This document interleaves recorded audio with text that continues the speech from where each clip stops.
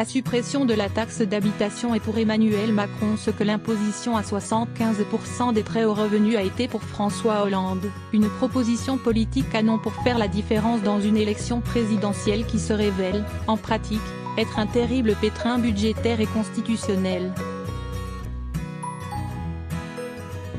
Au départ, tout allait pourtant très bien. Fin 2017, cette réforme phare inscrite dans le programme du candidat En Marche est votée sans accroc.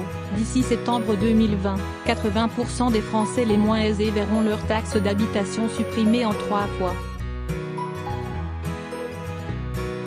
Mais c'était sans compter les juges tatillons du Conseil constitutionnel.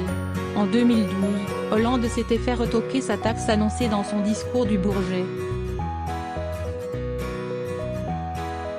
Fin 2017, les sages ont accordé un sursis à Macron, se gardant la possibilité de réexaminer ce sujet en fonction notamment de la façon dont sera traitée la situation des contribuables restant assujettis à la taxe d'habitation dans le cadre d'une réforme annoncée de la fiscalité locale prévue pour mars.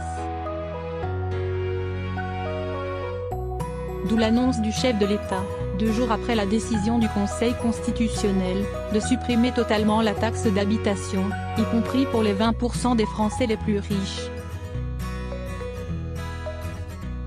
Mais ça, c'était avant la mobilisation des Gilets jaunes qui exige plus de justice sociale.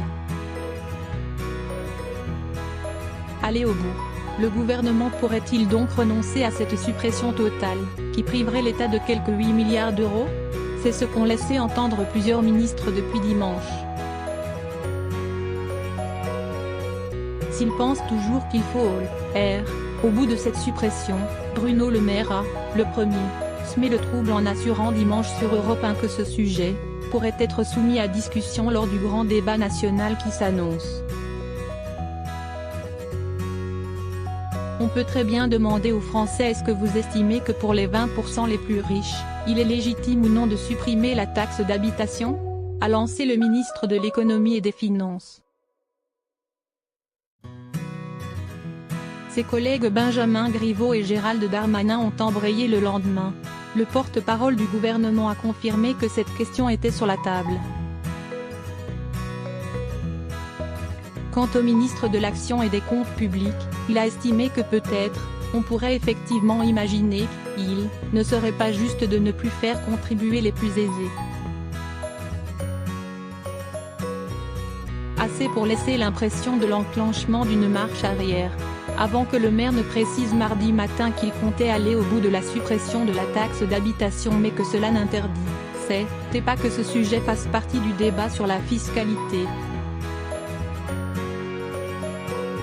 Que vaudrait un débat sur la fiscalité et les dépenses publiques dont nous fermerions toutes les portes dès le départ et dont nous aurions décidé à l'avance l'issue, a-t-il interrogé.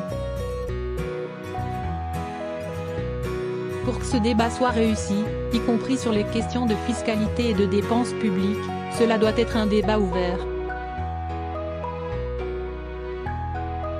Utiliser le grand débat pour expliquer. C'est surtout que l'exécutif est coincé par le Conseil constitutionnel. 20% des plus aisés qui continuent à supporter la quasi-totalité de la fiscalité locale après la réforme promise par le gouvernement et c'est la censure assurée. La suppression totale est, a priori, juridiquement inéluctable et la majorité compte donc utiliser le débat pour bien expliquer pourquoi elle y est contrainte. Et dire, éventuellement, ce qu'elle met sur la table pour que ces 20% contribuent davantage via d'autres impôts. Sur le papier du programme présidentiel, la proposition était donc simple. Trop ? Peut-être. Car au regard des règles constitutionnelles et des réalités politiques et budgétaires, c'est bien plus compliqué.